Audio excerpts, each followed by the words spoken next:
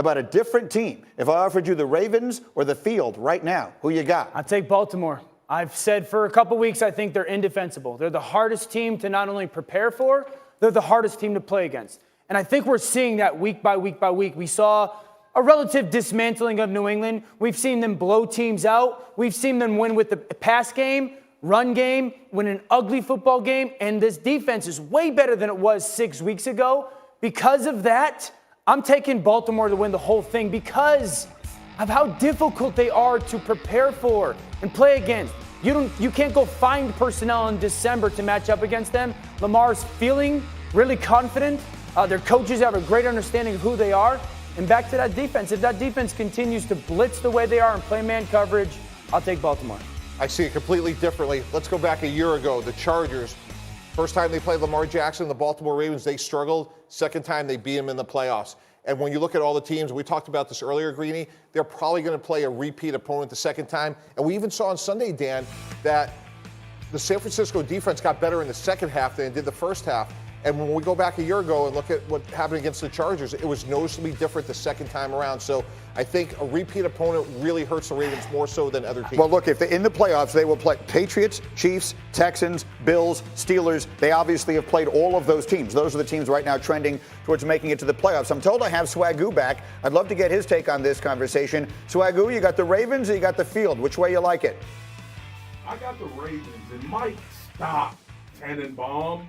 Stop it with that. We know the Ravens are the best team in the NFL, and we can build suspense and drama. Nobody's going to stop these guys from doing what they do. That was the best defense in the NFL that they played in sloppy conditions and was still able to garner some yards. I don't care if you play these dudes twice, because playing them twice ain't going to make Lamar Jackson run slower. It's not going to make Greg Roman get uncreative.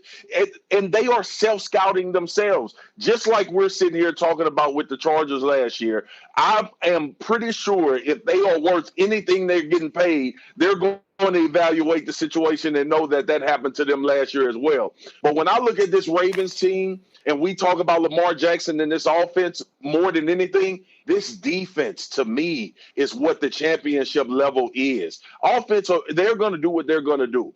But this defense is balling. Judon and Cole and those guys making plays up front. They're better against the run, which was their Achilles heel earlier this season. The Baltimore Ravens, if you beat the Ravens, they are going to have to self-implode. You are not going to line down for 60 plays and stop them from being able to get into the end zone. It is not going to happen.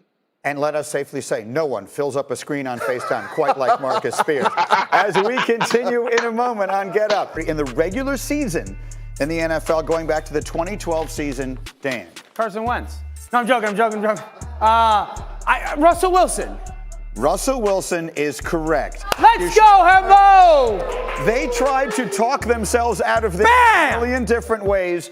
He's 26 wins. Tom Brady is next at 25.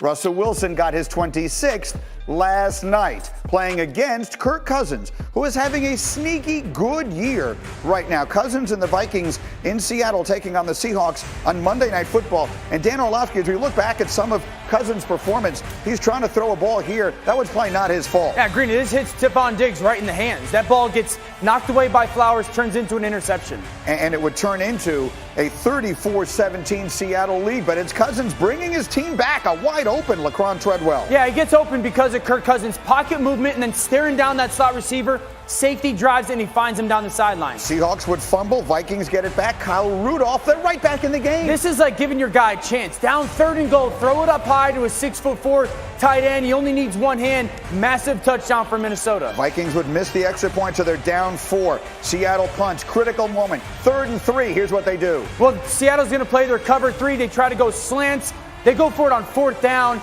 You have to anticipate Seattle running the same exact defense. They put Irv Smith in the slot against the zone nickel guy and throw him the football. Bad call, bad design. They should get this ball to Kyle Rudolph or Stephon Diggs in some kind of bunch or stack set. Or they could consider punting. They had 3 timeouts left. They do neither. They never get it back, and the Seahawks wind up winning 37-30. So Cousins falls to 0-8 on Monday Night Football. His fourth quarter struggles just part of his overall second half tough night. Completed just 43% of his passes in quarters 3 and 4, the second lowest second half completion percentage in his Minnesota career. All right, Greeny, let's go to one of the best and most interesting games of the weekend. Tom Brady and the Patriots down by a Texans team that frankly looked younger, faster, and stronger. So we're going to bring in Dan Graziano here for a segment we like to do.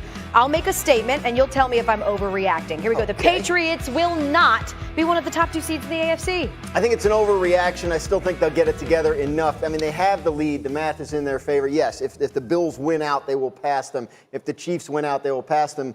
But they have to play the Patriots, both those teams. So I still think they get it together, win at least one of those games, and hold on to that bye week. Yeah, that's an overreaction. Always have. It's an overreaction. Now, this weekend's game is massive because they would be 3 weeks in a row of losing to the 3 better teams or best teams in the conference. So this weekend's a big deal, but I don't see how the Patriots fall out of a top 2 seed. Their defense is still playing great football as long as they don't play against mobile quarterbacks like Lamar or Deshaun Watson.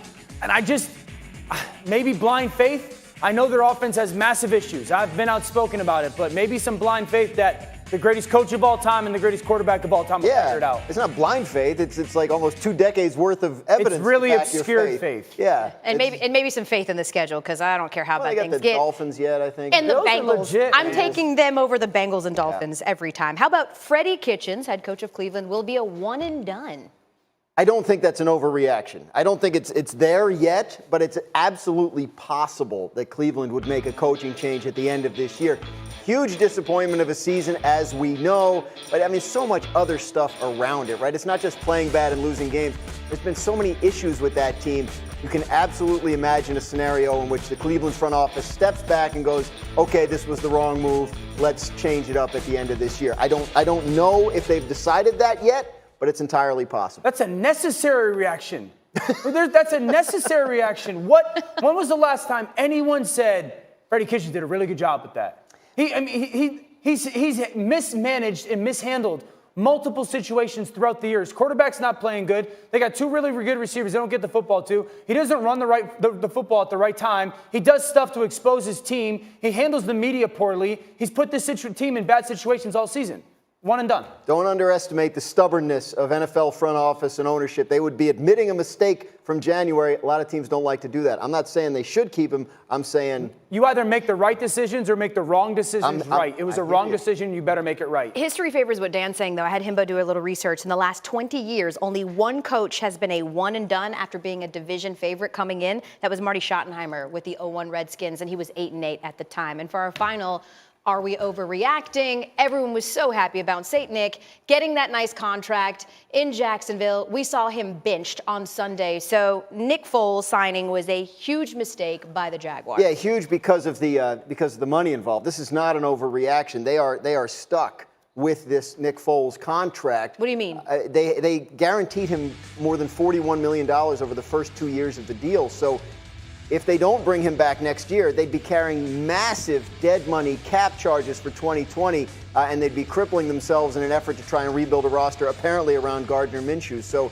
they're kind of stuck. They have other cap issues they need to deal with. We don't know who's going to be coaching that team. But whatever happens with the Jaguars, whoever takes over is going to be hamstrung by the deal they gave Nick Foles when, quite frankly, they were kind of bidding against themselves. It's unfortunate for Nick Foles. I'm happy he got his money. I think he's one of the best people and representatives of the NFL, and I'm excited for Gardner Minshew. Like, it's one of those opportunities or one of those rare situations where a young player got the opportunity to play. He took advantage of it. It's a meritocracy in the NFL, and Nick Foles got his job back. Had some struggles. Let's play this young kid and see if he's as good as we think he is. To steal a cliche, the future does look bright. At least you do have someone in the building that you feel like you can turn the reins over. This is not an overreaction. The Ravens have been the most fun team in the NFL to watch all season long, Greeny. That indeed they have. As we stay in the AFC and talk about Baltimore, they just keep on rolling. Sunday they beat the Niners 20-17 for their 8th straight win. Lamar Jackson throwing a touchdown and running for one in the game as well. And so where does that leave them as far as our friends in Las Vegas are concerned? The folks at Caesars now have Baltimore as the favorites to win it all, just slightly ahead of New Orleans. New England, with all their struggles, still have the 3rd best odds to win the championship. And I feel like it was just a few weeks ago that we were asking the question, Patriots or the field, which is the ultimate respect you can give to any team or any player in any sport, them or the field. Now, all of a sudden, I'm on Get Up. What exactly is next for Jim Harbaugh? Has he been treated fairly at Michigan? Should he return to the NFL? I'm going to explain to you why everyone